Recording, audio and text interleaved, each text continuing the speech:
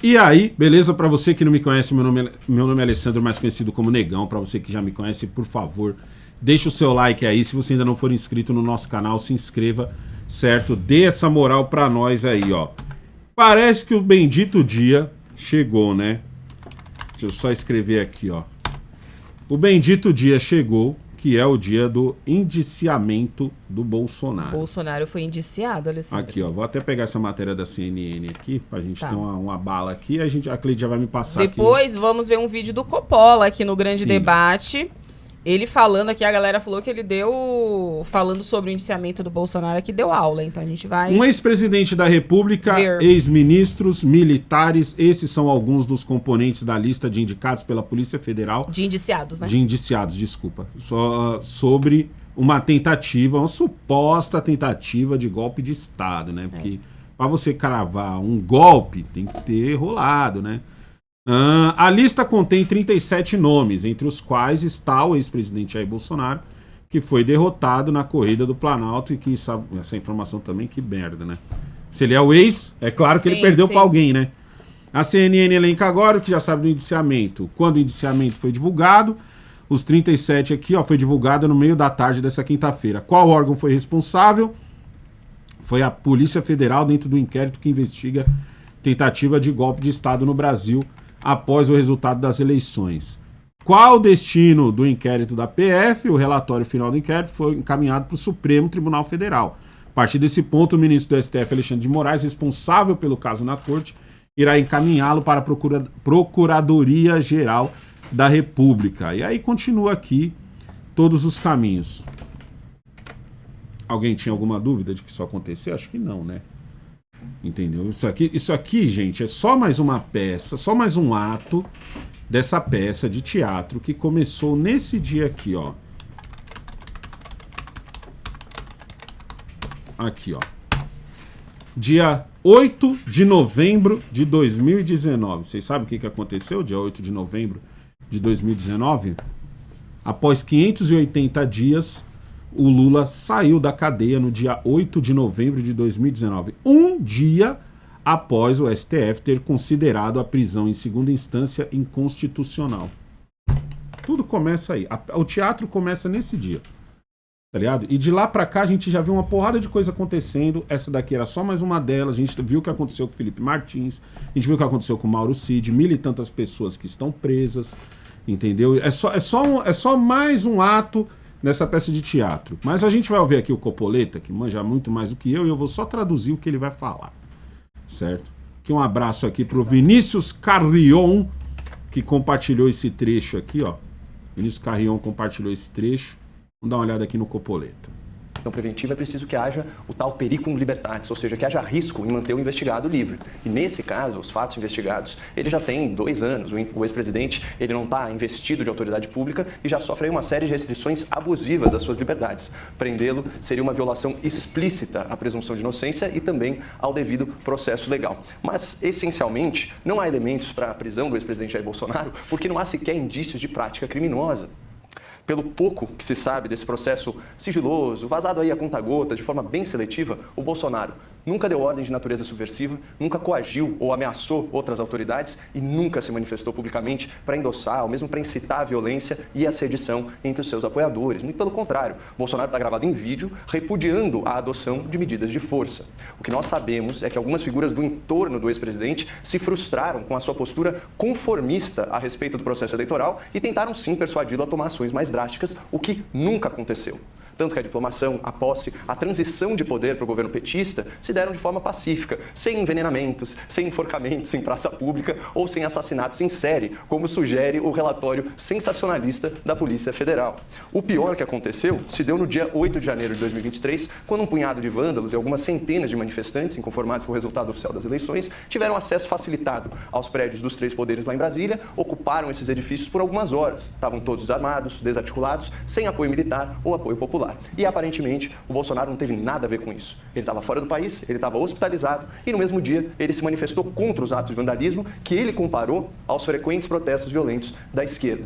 Mas enfim, o mais importante aqui é a gente se ater aos fatos. Não houve golpe de Estado, não houve ruptura democrática, não houve violência contra autoridades. Nada disso foi colocado em ação. Ou seja, se houve cogitação, discussão, planejamento ou até preparação de algo desse tipo, nada disso foi levado a cabo e nada disso teve efeito prático. E por isso, a lei penal brasileira não pune esse tipo de conduta. É o que se chama no direito de atos preparatórios. Ou seja, reuniões, consultas, a redação de minutas, conversas ao celular, requisição de orçamento, elaboração de planos.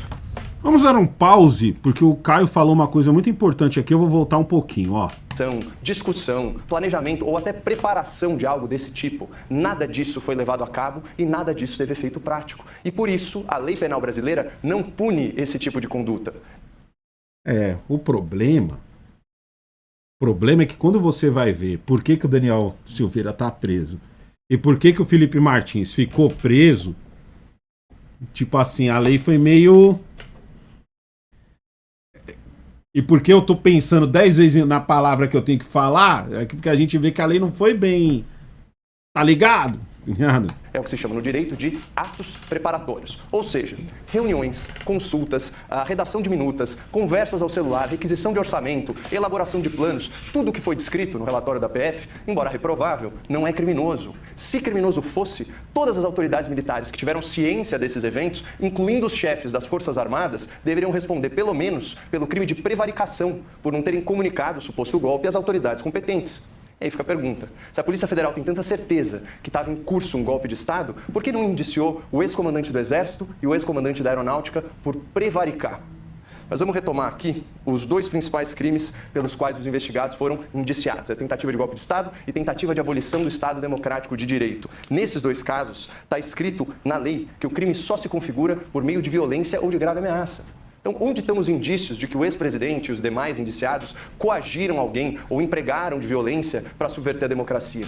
Se essas provas existem, elas ainda não foram apresentadas, Leandro. E graças a Deus, a nossa lei ainda não pune as ideias ruins, apenas as ideias ruins colocadas em prática, efetivamente tentadas, efetivamente executadas. Enforcamentos, envenenamentos e golpes imaginários não são crime e não deveriam ensejar a prisão de ninguém. Rapaz. O problema, Caio, deixa eu explicar, mano. O Caio Coppola, meu parceiro, que precisa muito passar num barbeiro. Ele tá parecendo o Jamal, com esse cabelo enorme e essa barba que ele não vê Gillette há muito tempo.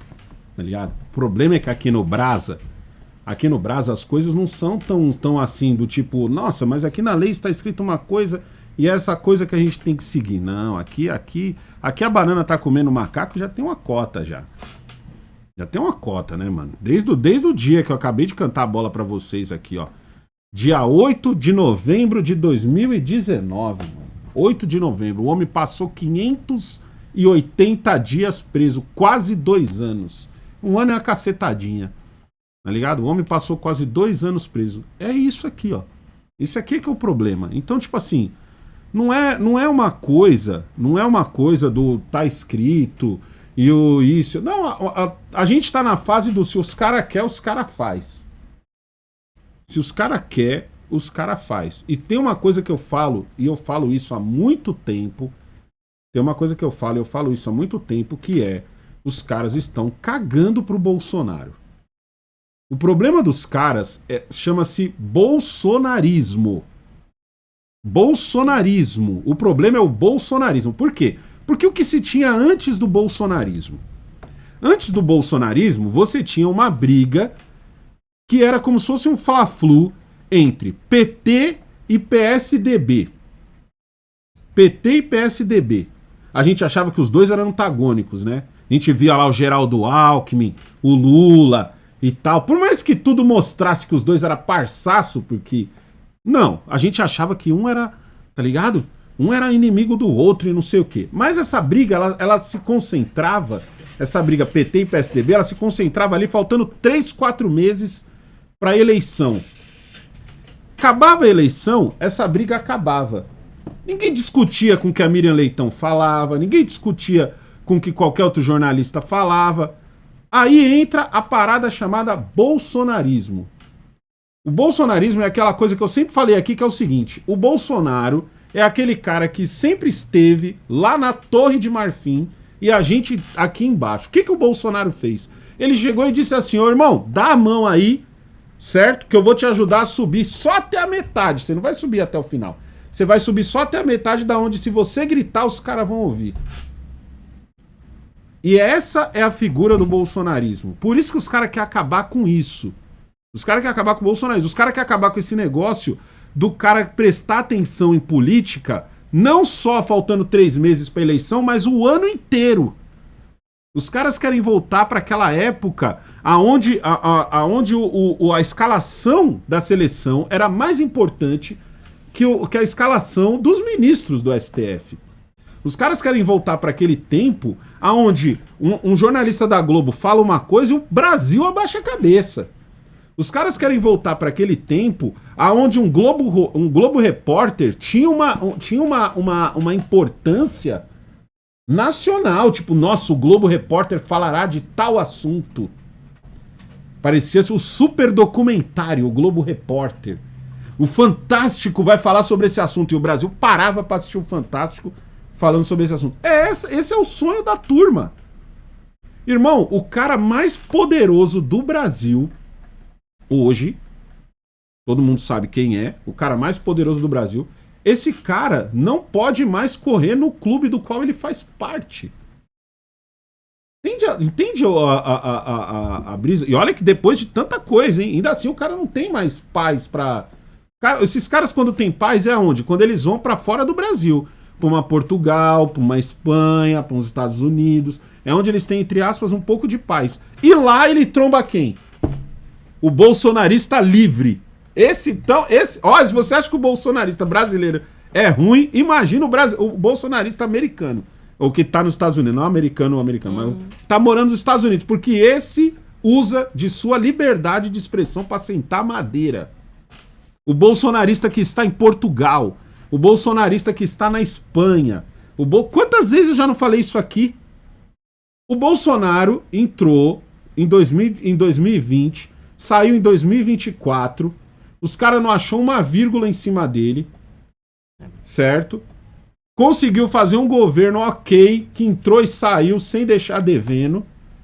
Ou seja, ele era um cara para ser esquecido. O Bolsonaro tinha tudo para ser um cara esquecível, que nem o Temer. O Temer, que eu considero que foi um bom presidente só por 2 anos, ele é um cara esquecível. Você chegar em alguém na rua aí, falar, você lembra como foi a época do Temer? Ele é um cara esquecível. Mas o bolsonarista não. O bolsonarista, ele marca, ele quer saber, o bolsonarista, ele enche o saco porque tá pra passar uma coisa no Congresso, ele tá lá enchendo o saco do deputado. E outra, o bolsonarismo criou um efeito colateral.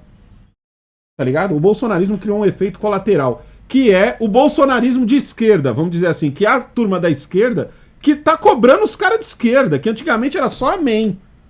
Antigamente o cara de esquerda falava uma coisa, o cara dizia amém. E hoje não. Graças ao Bolsonaro, hoje o cara cobra. Hoje o cara de esquerda, da comunicação, ele faz dinheiro sem precisar estar ligado a algum partido.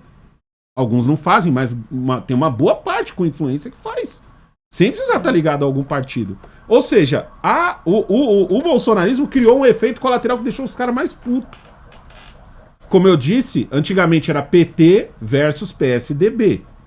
Quem que falava sobre política entre uma eleição e outra? Gente que estava nas faculdades, gente que estava nos sindicatos, gente que estava nos diretórios. E essas pessoas faziam o quê? Essas pessoas, quando tinha que fazer alguma manifestação, eles é que armavam a manifestação. Hoje, uma manifestação bolsonarista, ela lota uma Paulista sem uma bandeira de sindicato, sem uma bandeira de associação, sem uma bandeira de grupinho. Outro dia um moleque me perguntou, lá no Ipiranga, um jovem moleque, né, devia ter uns 19 anos, perguntou assim pra mim, negão, você conhece algum movimento conservador que você possa me indicar? Eu falei, não. Juro, ele me fez essa... Olha, o mais próximo que a gente tem do lado direito de uma coisa que nem o pessoal de esquerda tem, chama-se MBL. É o mais próximo que você pode falar assim, ó, essa turma aí tá unida há muito tempo. É como se fosse um sindicato, o MBL. Uhum. É como se fosse uma CUT, o MBL. É o mais próximo, porque do lado bolsonarista você não tem. Porque eu acho que se tivesse já teria acabado também. Se tivesse já teria acabado. Entendeu? Então esse é o louco. Aí eu não acho bom passar isso aí não, hein? Acho bom passar isso aí não. Esse é o grande problema. A Renata lembrou bem aqui, ó, o Jones Manuel cobra o governo e acaba sofrendo tentativa de os caras enchendo o saco lá no ICL. O ICL é o Terça Livre da esquerda. Sim. Tá ligado? Terça Livre da esquerda. Vocês entenderam? Então, tipo assim, o bolsonarismo, ele criou o efeito colateral que os caras não queriam, que é o cara de esquerda que cobra. O cara de esquerda que não diz amém.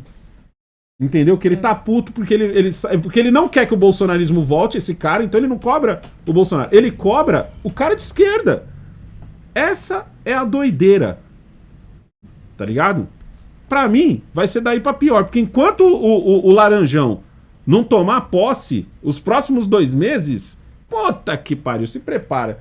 Que os próximos 2 meses vão ser cabreiro. Viu, mano?